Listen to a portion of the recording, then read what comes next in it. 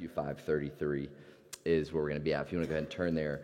But I kind of want to set this up a bit. And so the Jewish people, so those who were kind of historically, those who were following Jesus were of the kind of Israelite nation that were a part of him. And so they had a pretty good understanding, or actually a really good understanding of the law, a really good understanding of how they were to live kind of a kingdom ethic, if you will, that was rooted in kind of the Old Testament law and the Torah. And so these were the types of people that you had really religious leaders that honestly, if you study the scriptures closely enough, those who were very righteous and those who kind of kept the law perfectly were actually the ones who didn't like Jesus so much. And then you had on the other end of that spectrum, kind of the kind of low end people that you wouldn't look at and think, man, if you're going to start a movement, these are the people that you go with. It was kind of the marginalized and the weak, but they still had a grasp of the Hebrew scriptures. They still had an understanding of like the Old Testament law and these types of things. And so what Jesus is doing in Matthew chapter 5, and it's one of the reasons that I think is a really popular section of Scripture, is Jesus is really saying to them, I need you to continue to think about the teachings that you know. So he's saying, do not murder, right? They got that from the law. Do not commit adultery. They got that from the law. Tonight he's going to say, don't take an oath, right? And we'll look at what that means. But essentially what he's doing is he's saying to them, I need you to look at these things that you've always looked at. But what I want to try and do is kind of put a gospel kind of kingdom of God lens over these things, right? And so he's saying, I want these things to become into more of a clear picture. These things weren't wrong that you've been following. These things were from God the Father. Like these were good, right things. But he's saying, I want to kind of put a lens. Like have you ever, how many people wear glasses or wear contacts? Yeah, so like if you don't know, you kind of go to the doctor and you sit and they put this machine on your head, right? And I'm always thinking, is this thing clean? Like how clean is this thing? That's just what's going through my, but you trust them, you're there, you trust these people. And so they put the machine on your head and then they, what they do is they put some letters and numbers in front of you, right? And if you've been there, you know what I'm talking about. If you don't, you can just imagine that. And then they start clicking this button, right? And they'll go, is A clearer than B? Is B? And you go, yeah. Is B clearer than C? And you're like, yeah. Is C clearer than D? I don't know, mate. What about F? Is F clearer than D? Matt, what is F clearer than D and then C? Right? And then they start, and you're like, at some point you just kind of go, yeah, man, that I can read the letter. I don't. This is very right. What are they doing? Like, if you've ever had bad eyesight, and then you put on glasses and you put in your contact lenses, like things kind of come into focus. It's actually a really beautiful thing when you're like, oh, that's what your face looks like, right? And it's a nice. You're like, I could see your face, but now I can really see your face. That's what I'm talking about. So this is what Jesus is doing. He's saying, you have the law and the law has been good, but let me bring some clarity to the law. Let me bring some correction to the law. You're thinking it's about following these certain types of rules, but what I'm really interested in, what God the Father is really interested in, is your heart and the posture in which you're coming before him. And so that's kind of what he continues to do, and that's what we're going to see him do here in Matthew chapter 5. All right, let's go there. Let's read for a bit, and then we'll talk through it. So Matthew 5, verse 33. He says, again, you have heard that it was said to our ancestors, you must not break your oath, but you must keep your oaths to the Lord. Now, this is what Jesus is doing all throughout these scriptures. There's about the Matthew 5 section is almost like a mini sermon inside of a larger collection of teachings, because there's about 7 or 8 things in here where he's going to say, you have heard it said, but I say. You have heard it said, but I say. And what Jesus is doing is he's establishing his authority.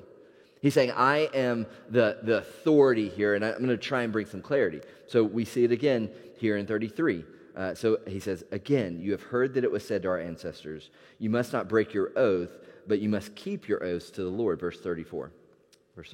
But I tell you, don't take an oath at all, either by heaven, because it is God's throne, or by the earth, because it's his footstool, or by Jerusalem, because it is the city of the great king. Verse 36. Do not swear by your head, because you cannot make a single hair white or black, but let your yes mean yes, and your no me, no, anything more than this is from the evil one. Now, I read this passage because we've talked about like anger in your heart. We've talked about kind of adultery. Last week we talked about lust and sex, right? And so, those two, it's like, man, those are tough ones. I got to this one, I thought, all right, I can hit this. This feels okay. But I think as I kind of sat in this text for the week, sometimes you sit under the scripture, and as a teacher, you sit in it and you think, I'm going to learn from this, and I'm going to bring some information to those who are listening, right? It's like, now I'm going to receive this, and then I'm going to bring it to you. And this week, I sat in and read it, and I was like, oh shoot, I'm in trouble.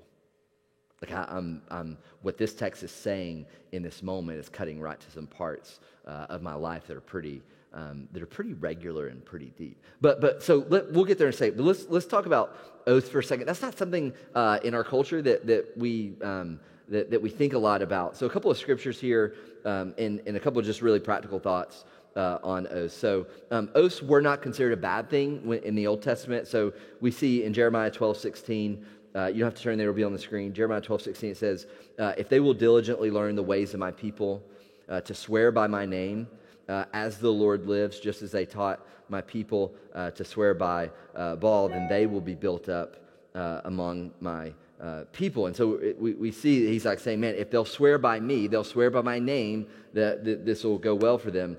We see God did it. Hebrews chapter 6, verse 17, the author of Hebrews says this. He says, because God wanted to show his unchangeable purpose even more clearly to the heirs of the promise, he guaranteed it with an oath. It says that he himself, like God himself, guaranteed something with an oath. So he said, I promise. Now this is a bold move by God. He's like, I promise by myself. Right? No one else is doing that. He's like, no, I promise by myself. That's the best kind of oath, is to get one from God the Father. And so even he makes an oath. So we see that they were encouraged. We see in Leviticus 19:12 that if you're going to make an oath or you're going to make a vow, you really need to make sure that you kept it. It says this, do not swear falsely by my name and so profane the name of your God. I am the Lord. We see in Numbers 30, verse 2, it says, if a man makes a vow to the Lord or swears an oath to bind himself by a pledge, he shall not break his word. He shall do according to all that proceeds from his mouth. So for him to say, you've heard it said, don't break an oath, that was rooted in these Old Testament teachings. They understood that. They got, okay, yeah, I know what an oath is. I understand the process by which we do oaths. So what the heck is happening, right? Because past scriptures we go, do not murder. Yeah, you shouldn't murder, right? And then Jesus says, well, if you have anger in your heart towards a brother or sister, it is as if you've murdered. You're like, oh, shoot, right? And then 1 week he said, do not commit adultery. Like, done, right? I can do that, right? I'm doing pretty well. I'm not even in a relationship, so I'm going to do pretty well with that, right? And then he says, but if you've looked lustfully at a woman, if you've looked lustfully at someone else, then it's like you've committed it in your heart. You're like, oh shoot, right? He gets you. Here it's like, don't give an oath, and you're like, okay, I think I'm good with that. And so what the heck is going on? Well, here's what happens. This is fascinating. It's fascinating what they did. Here's what was going on, because it's a bit of a strange command, and this will not surprise you if you're in the room. Here's what the people had figured out. They knew that if they took an oath, and the oath was made to God. So if they said, like, I swear by God the Father, I swear by him that I'm going to do this, that at that point, if they didn't do it, it was a transgression against man and God, because they just used God's name, right, to make an oath. So here's what they begin to do. This is what people do. This is what sinful people do. This is what we do. They looked at the system that God had established, and they figured out a way to manipulate it. They figured out a way to manipulate it. They were like, okay, I received that. I will not do that. I will not swear by God the Father's name. And so what ultimately, what did they do? Well, if you look at the text, it says what they would begin to do is that they would begin to take an oath by heaven. They would begin to take an oath by earth. They would begin to take an oath by Jerusalem. I mean, they got so keen on this that there was one rabbi, he said, it's not a sin if you make an oath by Jerusalem, it's not a sin. But if you make an oath when you're in the direction of Jerusalem, it is a sin. I mean, he'd gotten so nuanced in their manipulation of the law of God that it was like, after a while, you kind of just thought, you weren't really sure. You're like, I'm not really sure, what's happening here. And so it's fascinating because I'm like, man, that is what we do. Like we kind of figure out, okay, how do I know God's called me to do this? Is there a way in which I can manipulate this so I'm not exactly doing what God's not called me to do, but I'm not even fully kind of playing out? So let me give a little more flesh to that. Inside, listen what a theologian, his name is Leon Morris, says, because it became just a culturally normative thing to manipulate it. So everybody was doing it at this point. Listen to what he says. He says, when anyone invokes a deity, the truth must be spoken. The truth must be spoken. Robinson points out that this goes back to a time when people thought, here's what it is, when people thought that a lie between people did not concern God.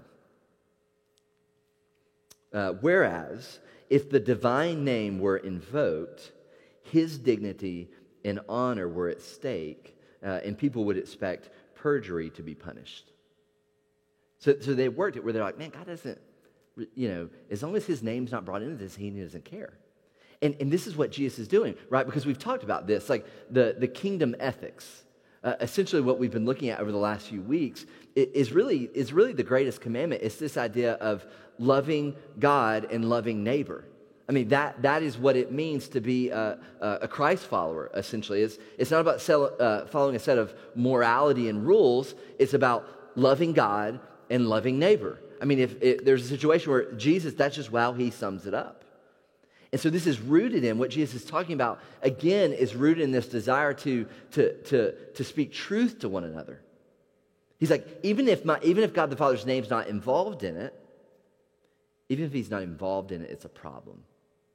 You think you can operate just between one another, but God the Father in heaven sees everything. So much so that Jesus does what? He actually recognizes the habit that they're doing, and then he corrects it. If we're looking at it, he identifies the flaw here, and then he corrects it. You don't have to turn there, but in 34, right? So he says, "Don't take an oath by heaven." Why? Because it is God's throne.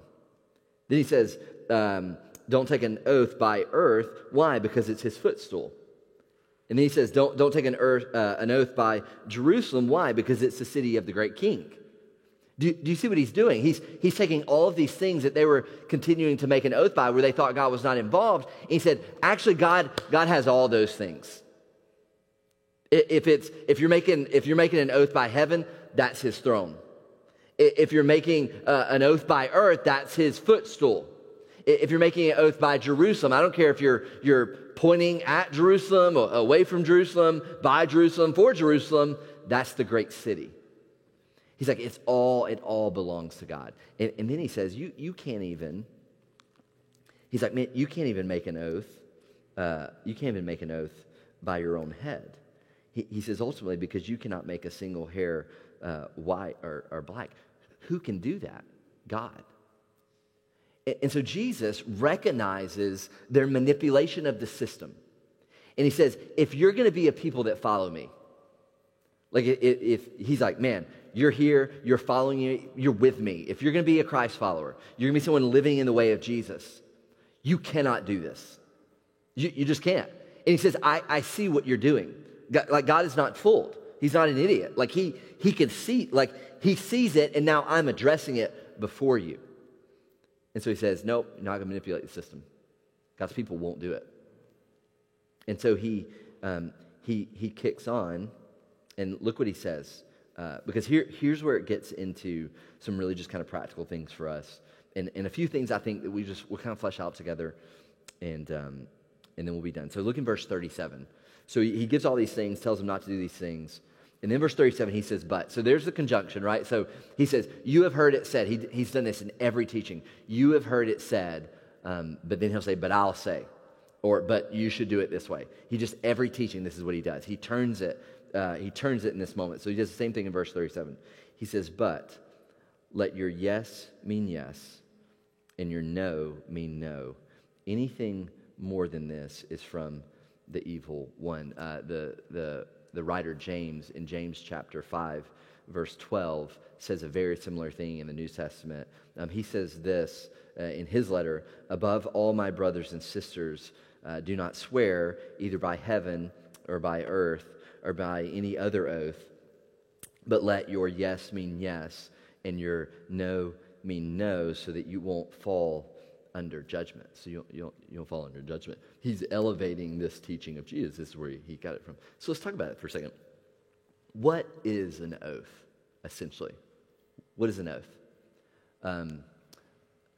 So if we were having a conversation and I said to you, I was like, man, we're going to have this like epic hangout at my house later. Like it's going to be the greatest party that you've ever been to. It's just gonna be, man, it's gonna be incredible. There's gonna be all kinds of great food. Like it's just gonna, and your buddy's like, nah, man, I've been to your house, right? You couldn't even fit a lot of people at your house, right? That's probably not gonna, the most epic party in the world is not gonna be at your house. You're like, no, man, I'm telling you, bro, this is gonna be amazing. He's like, I don't believe you, man. Like I just don't. And then what's the card that we pull? What do we do that when we got?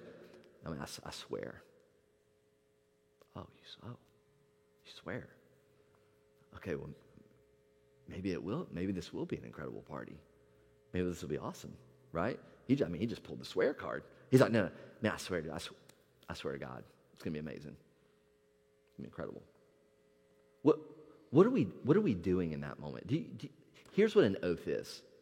An oath is essentially this. This is what's so crazy about it. An oath is, hey, you can't trust what's coming out of my mouth. So I'm going to say something to elevate what I just said that came out of my mouth. We've developed a system that has just said, because you don't believe me. Now, I would seek to ask the question of why they don't believe you. Right? But because you don't believe me, I need to swear. I need to elevate. I mean, this is what they're doing. They're like, no, I swear to Jerusalem. I swear to heaven. I swear to earth. Like, you got to believe me. I swear to these things. This is what they were doing. And they had it down so much that, like, they could use that and lie in that moment because they essentially said it wasn't to God. So an oath really is it's really just saying, man, since you can't trust me, let me say this. Since I don't live a trustworthy life, I'm gonna do these things. One theologian says this. It says, this is such a great quote, and you got to hear this. This will be on the screen behind me. This is incredible. It says, whenever I utter the formula, whenever I say this, I swear by God, I am really saying, this is so good. I'm really saying, now I'm going to mark off an area of absolute truth and put walls around it to cut it off from the muddy floods of untruthfulness and irresponsibility that ordinarily overruns my speech. Listen. In fact, I am saying even more than this.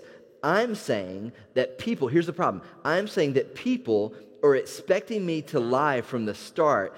And just because they are counting on my lying, I have to bring up those big guns of oaths and words of honor. Man, that's a strong quote.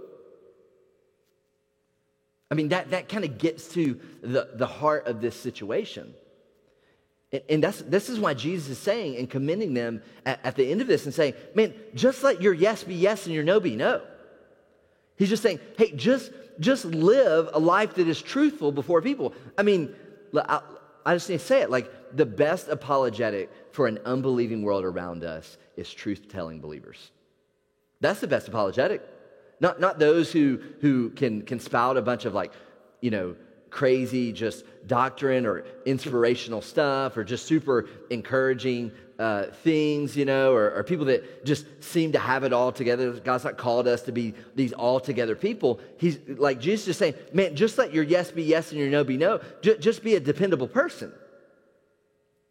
Just when you say yes, that means yes, and when you say no, that means no. Don't muddy the waters. That's an apologetic for the world.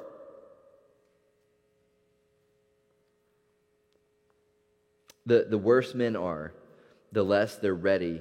The worse men are, the less they are bound by oaths, and the better they are, the less there is a need for them.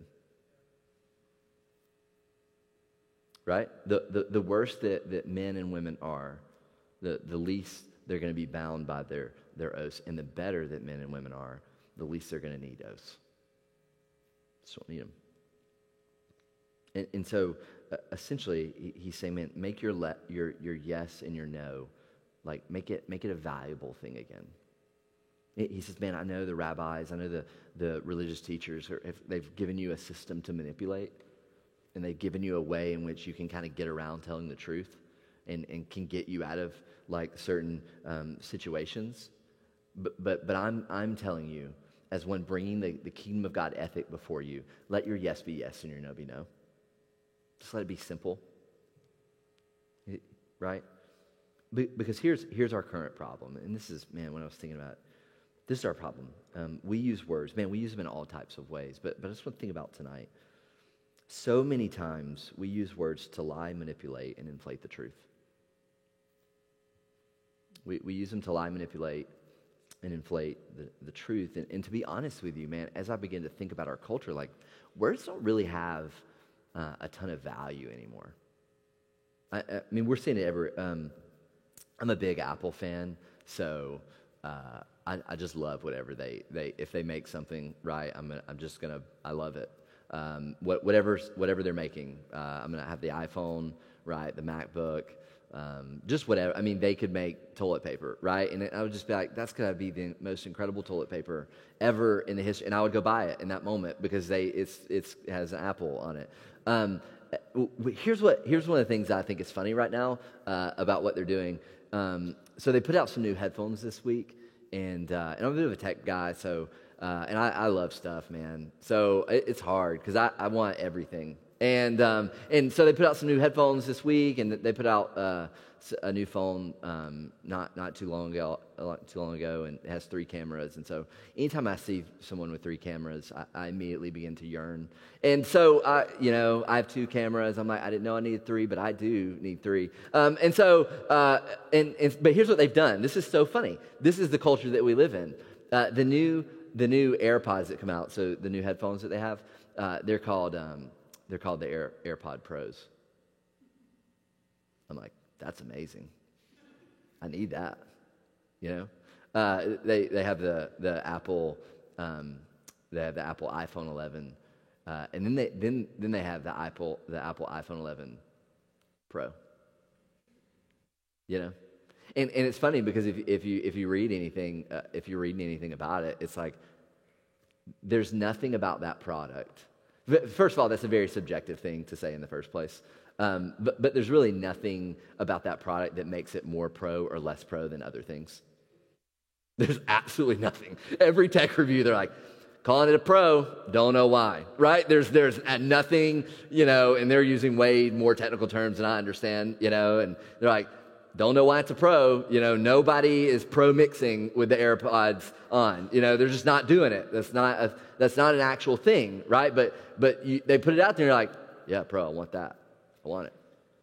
Why? I mean, this is a cultural thing. Like we're just in a place where words just don't have. Because man, I was kind of starting to get underneath this like oath thing, and like was thinking, okay, they're manipulating a system, and it's becoming a cultural normative thing to lie and manipulate the system and use words in ways that they shouldn't be used for your benefit and gain. Does anybody feel me? You know what I'm talking about? And I was like, man, we do this all the time. This is what we do. So much so that's like, yeah, whatever. So a pro, sure, right? We got the best coffee in town, right? You go to Eastside, it's the best coffee in town. Best new product, best new show, right? Amazing. It's like, what the heck, man? That thing's epic, right? Whatever that means. I mean, it's just all kinds of like words are like, what are they? Do they even value anymore? And so it just simply devalued words. And we're in the same place. Now, what's the problem with this? Here's where I'm going to get real practical, and this is where I'm going to start getting into your business. Just because God got into my business this week, so I feel like I should pass it on into your business. And so here's where it is. Because here's the problem. When we devalue words and we create habitual habits that are hard to break. And I think sometimes we don't even realize we have them. That we've just done something with our words that we don't necessarily even realize we have. It turns into, because here, man, this is what sin does, right? Sin turns like this one-time thing into a habitual thing. Just all the time. It's like, I'm just going to do this one time, but then it turns into an habitual thing. And so we've created a practice with our words. I think because we don't want to disappoint. I think we don't want to experience the consequences of things. I think I'll get real personal because it just feels uncomfortable to me. So there's something that I even do that I was like, oh shoot, I do that all the time. Here, let me start rolling these off because it's not about me. This is about you. All right, so here we go. It's about all of us. It's about all of us. All right, here we go. Here's how it works itself out. A lot of times. One of the things that people have a tendency to do is name drop. Now, what is a name drop? Like, if you drop a name, what are you doing? Think about this in terms of an oath. What you did when you dropped the name of somebody, you did what? You just appealed to that person's reputation and position to bolster your position and who you are and what you're about to say. You just use someone else to give more of an appeal to like who you are, right? Because of, and let's be honest, because of your and because of my insecurity, we do it. I don't want this person to think I don't want this person to think I'm a loser. I want them to know that I'm involved in our, whatever your arena is, right? I'm involved in our arena. Yeah, man, the other day I was talking with Jimbo, Jim, that's incredible, man. Didn't know you knew him. He, has written several books and just did a painting of a chapel. It's like, I mean, this is what we're doing. We're appealing to someone else's name because of a deficiency in and of ourselves. We can't operate in that moment just with ourselves. It's like, no, I need to appeal to someone else. So we begin to do that. Maybe you inflate stories like crazy, and so you've told the same story over and over again, right? And it's just gotten gotten to an unbelievable place, right? It's just amazing. It's like, man, why do I do that? It's like, man, even this week, I just caught myself this week, it was like, it's just silly situations where it doesn't like, how long did that take? Maybe it took, 10 minutes. I'm like, I don't know, 10 to 15? And I know it took 10, but it's like 15, that extra 5 makes it like, oh, I did some good work, babe. It's like there's something about that. That's a silly example, but we have a tendency to kind of inflate stories. We use words in a way that's unhealthy, that's in a way to try to cover up something else, to kind of bolster ourselves. This is what we do. This is kind of what they were doing here, is creating inflating their stories. Here we do it in church. These are the ones I love. I'll pray for you. That was it. Like, that was the prayer. That was it. I mean, that was like, Josh, I know you're going through some stuff. I'll pray for you. Right? But that was it. That was all the prayer. Like, that's all he's getting from me. I mean, this is what we do in Christian culture. Like, there's something about that. If you're in church, it's like, no, that was it. That was actually the prayer. That was, you received what I just said. That was it. I mean, this is what happens. Like, we've been create things. We do God talk, right? So we're like, man, God's called me to this. It's like, man, God's called me. I can't tell you how many stories. I just work with a lot of younger people, and it's like, man, God's called me, to be single for a season. It's like, That could be completely true, or maybe their breath smells. I don't know which one. I think I think those are real things. I think there's a genuine place where that happens.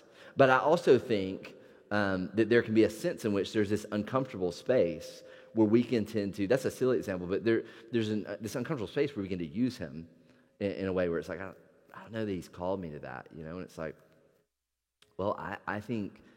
My best advice that I can give you when you're thinking about, is this situation gonna call you to die more to yourself, and it's gonna call you to depend on him more? Because if it does, that's a pretty good chance he may be calling you to it.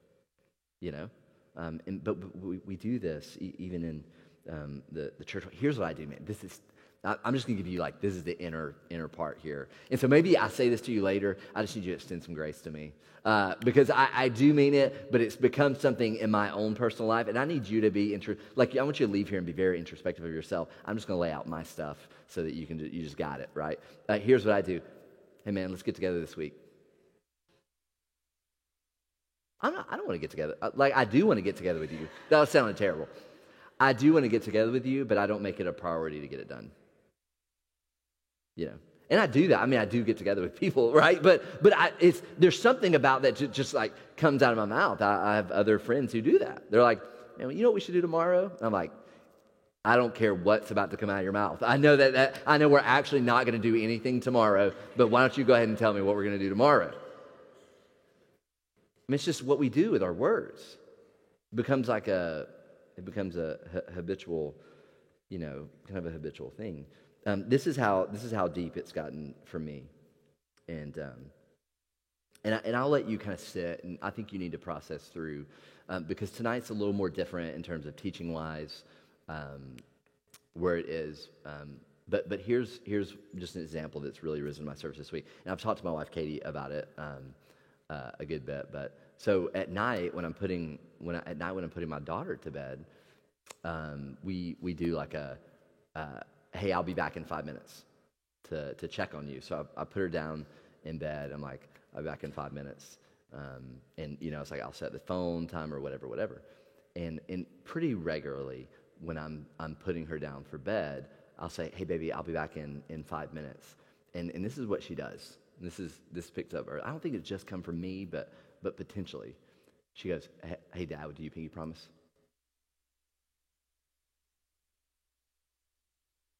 That's an oath. You know what my daughter is saying to me in that moment? I don't believe that you'll be back in 5 minutes. And so this week, I'm like, man, have I given my 8-year-old daughter a reason not to think that I'll come back in 5 minutes? And I'm like, yeah. Yeah, usually I don't come back in 5 minutes. Typically she falls asleep. But maybe she knows I don't come back in 5 minutes. And now I've created distrust in my little 8-year-old's heart for her dad. And so now she wants to pinky promise. Her dad saying to her, yeah, I'll be back in 5 minutes is not enough for her. She thinks we need a binding thing. Now, do I think that's all rooted from me? No, I don't think so. But little second grade girls pinky promise stuff all the time. From a very early age, they have understood and they have gotten your yes does not necessarily mean yes, and your no does not necessarily mean no.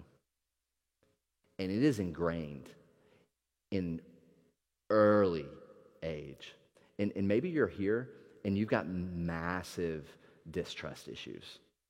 And they are rooted in because you have traditionally found that people's yes doesn't mean yes and their no doesn't mean no. And so Jesus is saying, teaching this kingdom ethic. He's saying, man, I'm calling a people that they're just saying, man, if I tell you yes, it will be yes. And if I tell you no, it will be no. If I say I'm going to be there, I'm going to be there. If I say I'm going to text you this week, and call and check on you. I'm going to text you this week and call and check on you. I'm going to put it in my calendar, in my to-do, and I'm going to make sure that I do that. Jesus is saying, I need a people who the words that are coming out of their mouth are connected and equal to their actions. He says, this is the kingdom of God. This is what God's people do, is they tell truth. And so, man, so just this week I was like, God was working me. It was working me in the text. And just thinking about how does this apply? Like, where are the normative places? And here's what I'm saying, because I'm going to close and pray. Man, like, where is it for you as you think about this? Where is it for you where, like, maybe you're on two ends of that spectrum, where you're like, man, yeah, this is a normative thing that I do. Like, I'm hearing this and I'm going, I don't swear by God, but I got some stuff going on that I know that I do, and it's basically because my words aren't valuable enough. I have a traditional kind of, not a traditional, but I have a normative thing of not doing what I say that I'm going to do. And maybe this week you need to like reclaim that and go, man, I need to survey what comes out of my mouth. Like, I want to honor Christ. And I just do. So I need to really survey, whether it's with your roommate, whether it's with your boss or your coworker. Maybe you have a kid and it's with your kid. Like, God, man, I need to figure that out, man. Like, for me, I'm like, my 8-year-old needs to trust me. And when she doesn't, when I don't step up, I got to own that and apologize. And I think that maybe that's where you're at. You're like, man, I need to own up. I need to apologize. I need to confess and apologize to God, and maybe need to confess and apologize to someone else. I keep dropping the ball with them. I keep saying something, and essentially my yes has not been yes, and my no has not been no. I've been saying something and not doing it. And I need to do that. Maybe that's where you're at tonight. Maybe that's what God's called you to do. That's where you're at. Or maybe you're on the other end of that spectrum, and you've been hurt, and man, people, there's been a pattern of hurt in your life from people not saying yes to yes and no be no. And if you're here and you're on that end of the spectrum and you're not a Christ follower, can I just say to you, like, Jesus has invited people into a kingdom ethic that's vastly different than what you've experienced. And wants to walk in relationship with you. Man, the beautiful thing about all the things that we've been talking about, and we said this in week 1, is that you cannot live out this kingdom ethic outside of a relationship with Jesus. This is not Jesus giving some moral rules and saying, hey, follow this, follow this, follow this, follow this, and I'll love you. What this is Jesus saying, this is what my people do. Not do this. Here's the switch. Don't do this so that you'll be my people. Do this because you are my people. And so maybe tonight you need to trust Christ. Maybe for you, you don't know Christ as Savior. And so I'm going to invite you into that tonight. That perhaps maybe that's what you need to begin to walk as a truth teller, walk as someone who's walking in that. Or maybe you're here and you're on that end of the spectrum and you've been hurt so deeply, but you follow Christ. Can I just say, man, can you embrace the truth-telling nature of Jesus? And you can trust him and that he is a good father. I mean, he is pushing this forward and say, this is the nature of me, and this should be the nature of my people. So maybe tonight you just need to embrace that from him.